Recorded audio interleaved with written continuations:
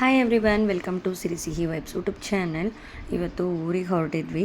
So ಹಾಗಾಗಿ ಬೆಳಗ್ಗೆನೇ ಬೇಗ ವೇಕಪ್ ಆಗಿ ಫ್ರೆಶ್ ಅಪ್ ಆಗಿಬಿಟ್ಟು ಮನೆಯಲ್ಲೇ ಬ್ರೇಕ್ಫಾಸ್ಟ್ ಕೂಡ ರೆಡಿ ಮಾಡಿಕೊಂಡು ಹೊರಟ್ವಿ.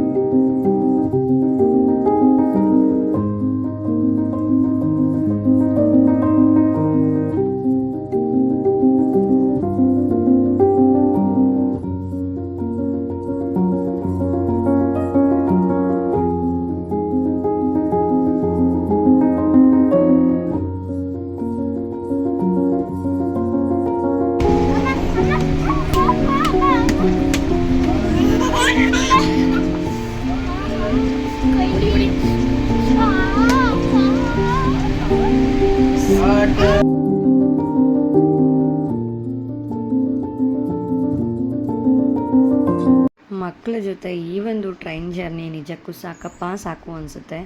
ಒಂದು ಕಡೆ ಕೂರಲ್ಲ, ಒಂದು ಕಡೆ ಇರಲ್ಲ. ಸೊ ಯಾವಾಗಪ್ಪ ಮನೆಗೆ ಹೋಗಿ ರೀಚ್ ಆಗ್ತೀವಿ ಅನಿಸುತ್ತೆ. ಆ್ಯಂಡ್ ಫೈನಲಿ ಮನೆಗೆ ಹೋಗಿ ರೀಚ್ ಆದ್ವಿ. ಸೊ ಮಕ್ಕಳಿಗೇನು ಊಟ ಮಾಡಿಸಿರಲಿಲ್ಲ, ಹಾಗಾಗಿ ಉಪ್ಪಿಟ್ಟು ಮಾಡಿಕೊಂಡು ಮಕ್ಕಳಿಗೆ ಊಟ ಮಾಡಿಸ್ಕೊಂಡು ಈವ್ನಿಂಗ್ ಹಾಗೆ ವಾಕ್ ಅಂತ ಹೋದ್ವಿ. ಬಿಕಾಸ್ ಆ ಒಂದು ಹಳ್ಳಿ ವಾತಾವರಣ ತುಂಬಾ ಚೆನ್ನಾಗಿರುತ್ತೆ. ಸೊ ಹಾಗಾಗಿ ಜಸ್ಟ್ ಒಂದು ವಾಕ್ ಅಂತ ಹೋದ್ವಿ. ಸೊ ಎಲ್ಲ ಅಲ್ಲಿರುವಂಥ ಹಸು, ಮೇಕೆ, ಕೋಳಿ ಎಲ್ಲನೂ ನೋಡಿ ಮಕ್ಕಳು ಕೂಡ ಖುಷಿ ಪಡ್ತಾರೆ ಅಂತ ಹೇಳಿ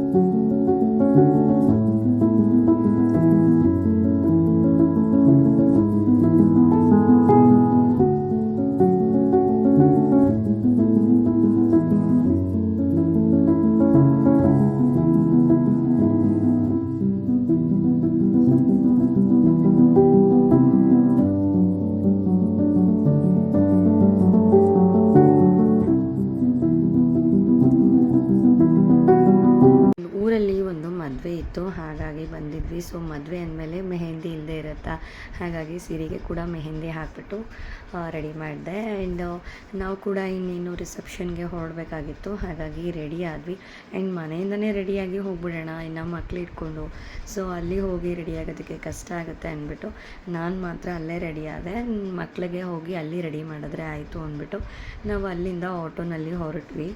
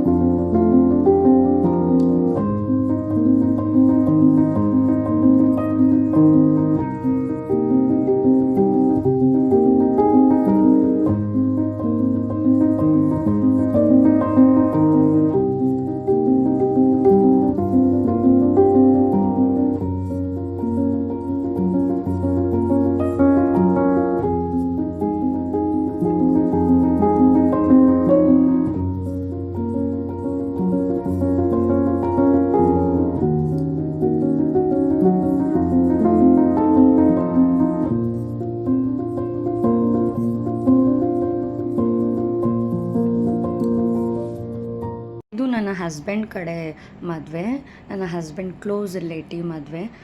ಬಟ್ ಈ ಒಂದು ಮದುವೆ ಪರ್ಟಿಕ್ಯುಲರ್ ಆಗಿ ನಾವು ಅಟೆಂಡ್ ಮಾಡಲೇಬೇಕು ಅಂತ ಸುಮಾರು ದಿವಸದಿಂದ ಅಂದ್ಕೊಂಡಿದ್ದೆ. ಬಿಕಾಸ್ ಕೆಲವೊಂದು ರಿಲೇಷನ್ಶಿಪ್ ಹೇಗೆ ಅಂತಂದರೆ, ಸ್ಟಾರ್ಟಿಂಗ್ ಪರಿಚಯ ಆದಾಗ ಇರುವಂತಹ ಪ್ರೀತಿ ಕಾಳಜಿ ಅನ್ನೋದು ಕೊನೆ ತನಕ ಅದು ಕಂಟಿನ್ಯೂ ಆಗೋದೇ ಇಲ್ಲ. ಸಮಯ ಬದಲಾಗ್ತಾ ಇದ್ದಂಗೆ ಅದು ಕೂಡ ಬದಲಾಗ್ತಾ ಇರುತ್ತೆ. ಈಗ ಮದುವೆ ಆಗ್ತಿರೋಂತಹ ಹುಡುಗ ನನ್ನ ಹಸ್ಬೆಂಡ್ಗೆ ಅಳಿಯ ಆಗಬೇಕು. ಆ್ಯಂಡ್ ನಾನಂತರೂ ಪರ್ಟಿಕ್ಯುಲರ್ ಆಗಿ ನನ್ನ ಓನ್ ಸ್ವಂತ ತಮ್ಮ ಅಂತಲೇ ಹೇಳ್ತೀನಿ. ಬಿಕಾಸ್ ನಾನು ಮದುವೆ ಆಗಿ ಸ್ಟಾರ್ಟಿಂಗು ಇವರ ಊರಿಗೆ ಹೋದಾಗ ಇದ್ದಂತಹ ಪ್ರೀತಿ ಕಾಳಜಿ ಏನಿತ್ತು ಇವತ್ತವರೆಗೂ ಒಂದು ಕಿಂಚಿತ್ತೂ ಕೂಡ ಅದರಲ್ಲಿ ಬದಲಾವಣೆ ಆಗಿಲ್ಲ, ಹಾಗೇ ಇದೆ. ಸುಮಾರು 6-7 ವರ್ಷ ಆಯಿತು, ಇವತ್ತುವರೆಗೂ ಕೂಡ ಅವರಲ್ಲಿರುವಂತಹ ಮಾತು ಕತೆ, ಅವರಲ್ಲಿರುವಂಥ ಪ್ರೀತಿ ಕಾಳಜಿ ಪ್ರತಿಯೊಂದು ಕೂಡ ಹಾಗೇ ಇದೆ. ಆ್ಯಂಡ್ ನಾನು ಕೂಡ ಸುಮಾರು ದಿವಸದಿಂದ ಅಂದ್ಕೊಂಡಿದ್ದೆ, ಯಾರು ಮದುವೆ ಮಿಸ್ ಮಾಡಿದ್ರು ಕೂಡ ಇವರ ಮದುವೆ ಮಾತ್ರ ಮಿಸ್ಸೇ ಮಾಡಬಾರ್ದು ಅಂತ. ಮದುವೆ ಕೂಡ ತುಂಬಾ ಚೆನ್ನಾಗಿ ಮಾಡಿದ್ರು.